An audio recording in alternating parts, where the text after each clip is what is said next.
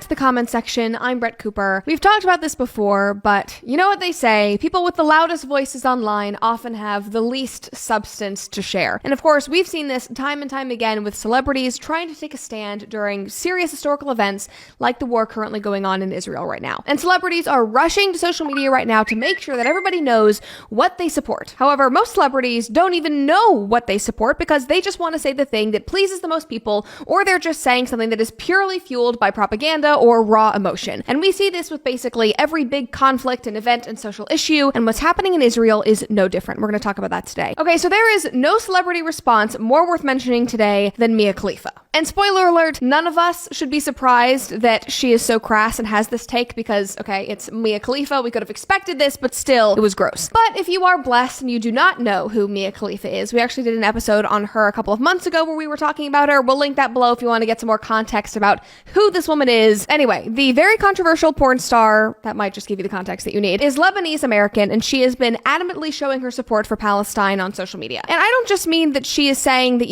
she supports the innocent Palestinian children that are being harmed or the innocent civilians that are caught in the middle of the conflict. No, she is saying things like this. If you can look at the situation in Palestine and not be on the side of Palestinians, then you are on the wrong side of apartheid, and history will show that in time. And on her Twitter, she is shaming anybody who dares to mention Israel or have any sort of nuance in her comment section. And then this was the grossest tweet of all. She said, "Can someone please tell the freedom fighters in Palestine to flip their phones and film horizontal?"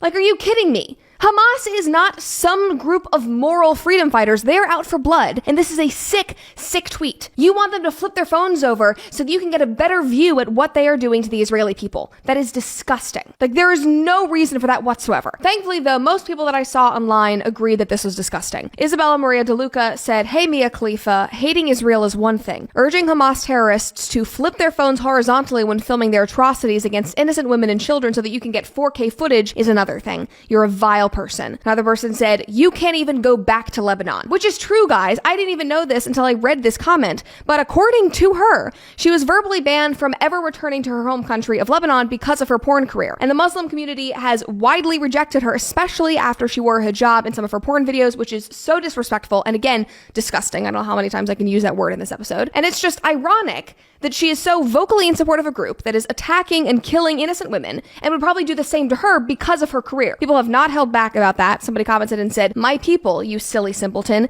you'd never survive in Gaza. In fact, the only place in the Middle East a woman like you is afforded full rights is Israel. That must be hard to swallow." Somebody else said, "Do you even know that due to the kind of profession that you are in, you cannot survive in the countries that you are supporting? I guess no, you are not aware." Somebody else said, "My people, you are a privately educated, raised Catholic who is now a non-believer. Hamas will welcome you with open arms." Clown emoji. And then, guys, in the most twisted, backwards turn of events, her employer, Playboy, like Playboy magazine, their new online platform, took the moral high ground in this situation, and they fired her after all these tweets.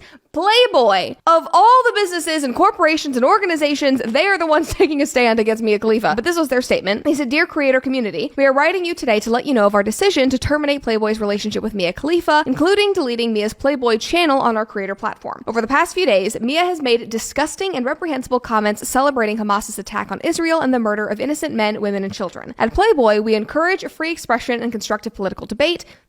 Which is like, is anybody going to Playboy for political debate? That's just a whole other conversation. But anyway, "We have a zero tolerance policy for hate speech. We expect Mia to understand that her words and actions have consequences. We included the letter we shared with Mia below. Thank you, the Playboy team." And then Ashley St. Clair tweeted this, and I thought it was hysterical. But she said, "Imagine telling somebody 10 years ago that Playboy and Mia Khalifa would be involved in the Israel-Hamas conflict dialogue." Like, that's just 2023 for you. Like, we have stooped so low that Playboy has the moral high ground in a situation like this. Somebody else commented and said, "A pornography company having standards is kind of funny." Somebody else said, "My God, it's a porn star. What were you expecting?" Now, she also had some kind of upcoming podcast deal with a Canadian broadcaster named Todd Shapiro, which was promptly canceled. He retweeted her horizontal 4K tweet and said, "This is such a horrendous tweet, Mia Khalifa. Consider yourself fired effective immediately. Simply disgusting. Beyond disgusting. Please evolve and become a better human being. The fact that you are condoning death, rape, beatings, and hostage taking is truly gross. No words can explain your ignorance. We need humans to come together, especially in the face of tragedy. I pray for you to become a better person. However, it clearly seems like it is too late for you." I mean, after all that we've seen of Mia Khalifa, I would have to agree. And I will say, guys, it feels incredibly validating when somebody that you already dislike has a take like this. Like, okay, good. I'm aligning myself with the right types of people.